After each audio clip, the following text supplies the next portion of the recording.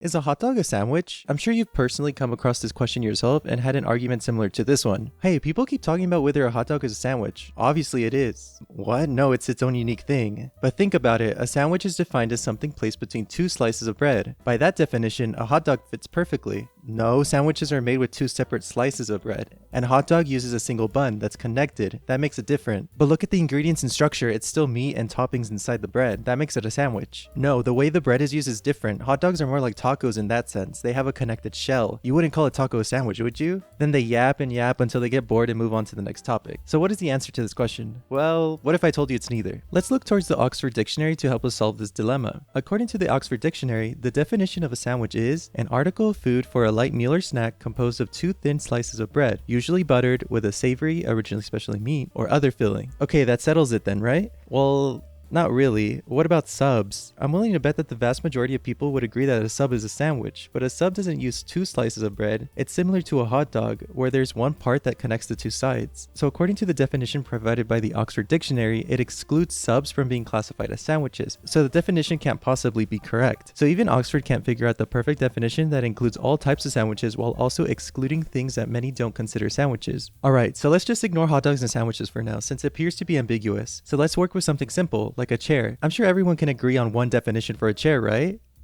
Right?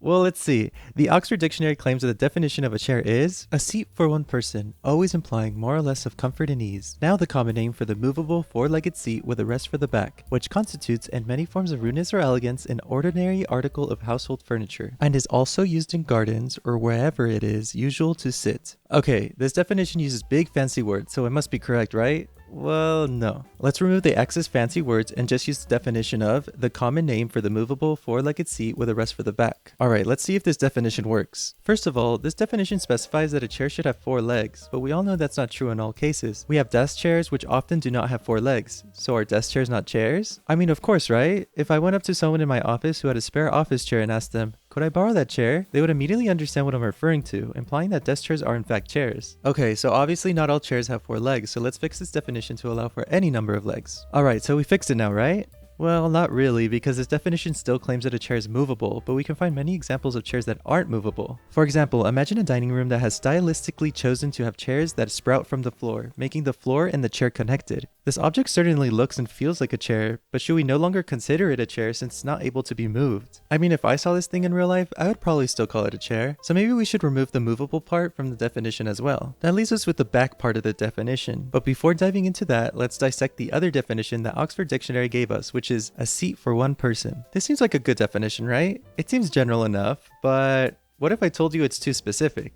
Imagine a rich family decides to commission an artist to sculpt chairs for their extra dining room that they will never use. They aim to commission an artist to make an object that looks like a chair, but they don't intend on anyone ever sitting on it. So it's a seat made for no one. But if we were to enter this family's home ourselves and see this object, we would still claim that it's a chair, despite it being made only to be looked at. So even this definition, a seat for one person, appears to be incorrect. Going back to the back part of the definition, if the reason that the back of a chair is considered a back is because it's typically behind an individual who sits on it, then would it no longer be considered a back of a chair since this fancy chair is not intended to be sat on? Without a human to sit on the chair, the directionality of the back is now lost as we no longer have the reference point of a human sitting and facing their back towards the back. For all I know, that thing could be the front of the object, not the back. Now you might be telling me, okay, yada yada yada, what even is the point of this exercise? Well, this entire journey has led up to this one main point, and that point is that you can never give a true definition to a word. It will always end up being wrong in some form. No matter how hard you try, there will always be exceptions and ambiguities in the definition's meaning. I mean, it makes sense if you think about it. We're using words to define other words. It's like telling someone, astrology is true because horoscopes accurately describe people, and then they tell you, but why do horoscopes describe people accurately? And then you answer with, because astrology is true. It's a circular way of thinking. We need to use some outside evidence to prove the true meaning of a word. So let's look at some theories that have been studied and tested by linguists in order to give a good answer as to how we can apply meaning to words. Real quick side note though, apparently math is an exception to everything I just said. The definition of a prime number is a whole number greater than 1 whose only factors are 1 and itself. This poses a different problem to linguists because what makes math the exception to the rule of definability? But this question is kind of irrelevant to the point of this video, so let's just ignore math exists right now, just like we did in high school. Attempting to define every single word with one definitive meaning is the classical way of thinking about the meaning of words. But as we've seen from the previous examples, this doesn't really explain how humans store the meaning of words in our brain. We aren't like books or computers where each word has a definitive definition. There are a lot of theories out there that try to explain how we store meaning in the brain, but I'll just focus on the main two, as explaining all the others wouldn't really be useful for solving the question we're trying to figure out in this video, which is a hot dog a sandwich? The first theory we'll talk about is the exemplar theory. The exemplar theory suggests that we store instances of objects into our memory, then we categorize these objects into broad category groups. So when a person encounters a new item, they will compare it with the previous examples of items they have seen in the past, then add the item to the appropriate category. Being able to categorize items like this is a much more efficient method of storing the meaning of words in our brain,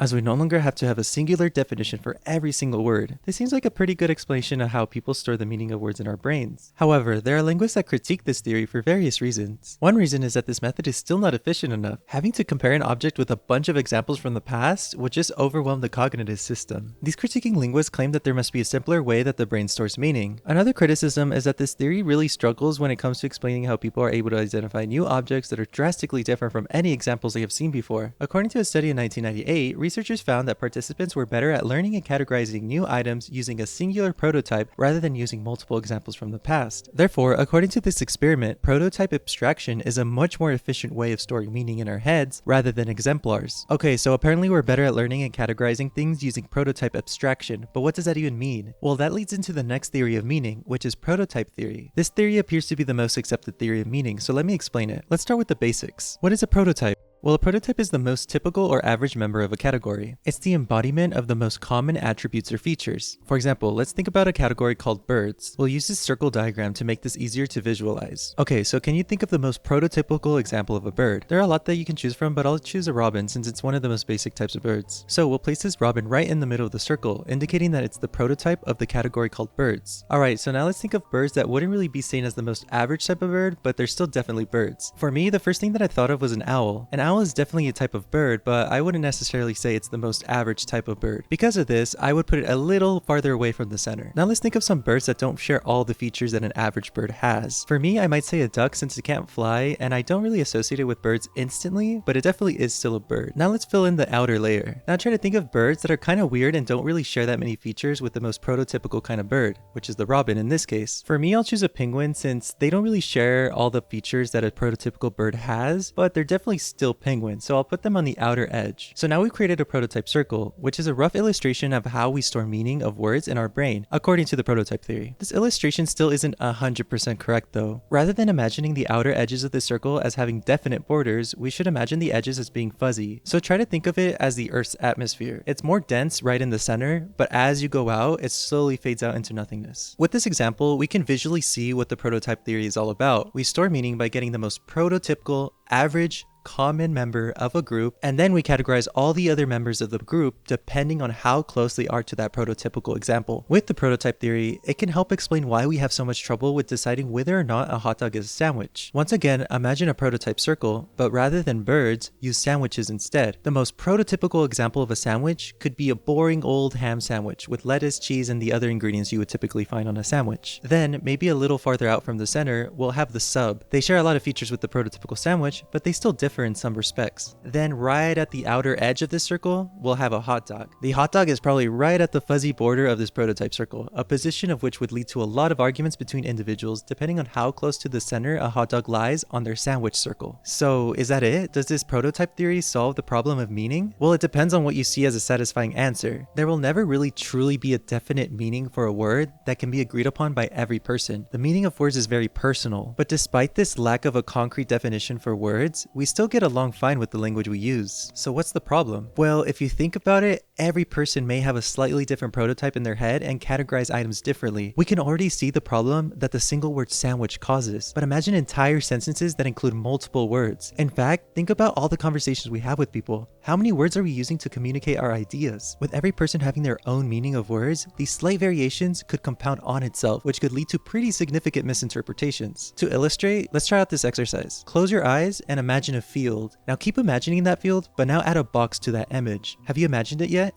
Alright, now let's add a ladder to that image. Okay, now add a horse to that image. Next, we'll add flowers. And finally, imagine a storm as well. Alright, so keep that image in your head because I'm gonna ask you questions about it. First question. How did you imagine that box? Is it big, small, normal sized? What material is it made of? Wood? Metal? Is it a Rubik's Cube? What color is it? Black, blue, red? Already we can see how this one-word box has so much ambiguity to it. But let's continue. How did you imagine that ladder? Is it leaning against the box? Is it on the floor? Or is it standing up straight, defying gravity? How did your horse look? Was it big, small, normal sized? What color was it? Did he have a saddle on? What about the flowers you imagined? What kind were they? And finally, how did you imagine that storm? Is it far away in the distance, or is it engulfing the entire sky? Now, I took this exercise from this online trend that attempted to figure out a person's psychology through the usage of these images. When I came across this trend, I was, and still am pretty skeptical that imagining some items could figure out a person's complex personality and character. However, I figured that this could be an amazing way to demonstrate just how differently we interpret the meaning of words. I can 99% guarantee that nobody watching this will have the exact same mental image as someone else when doing this exercise. So how does this apply to your real-life conversations? Well, imagine every conversation you've ever had with someone or will ever have. Every word they speak will have a slightly different meaning according to that person's own experiences, beliefs, personality, etc. So, a friend might tell you that they went out with their friends last night, but the image that you conjure up in your head when you hear those words will never match exactly what the speaker is imagining in their head. The speaker is using the memories of their experience to recount a story, while the listener is attempting to conjure up their own unique imagery using only the words given to them. The listener might be able to get the general gist of the story, but they won't ever be able to access the exact experience the speaker has in their mind. This circles back to the idea that there's no definite meanings for each word. We kind of just rely on vibes. Our personal experience of life is like having your own private house, with words being the window that allows others to catch a glimpse of your own human experience and thought, but they'll never be able to enter that house, as there's no door that allows for others to enter and experience life as you. No amount of words will allow for another individual to fully understand your experience of life. So are we just all lonely creatures using speech sounds in an attempt to allow others to catch a slight glimpse into our mind? This might sound depressing, but is it really? Every time you share moments with your friends, family, and lovers, know that that shared experience will be kept in a shared home full of memories. You may attempt to give others a glimpse of these shared experiences through the usage of words or even pictures and videos, but only you and the people you shared that moment with will truly understand how it felt to be in that very moment in space and time.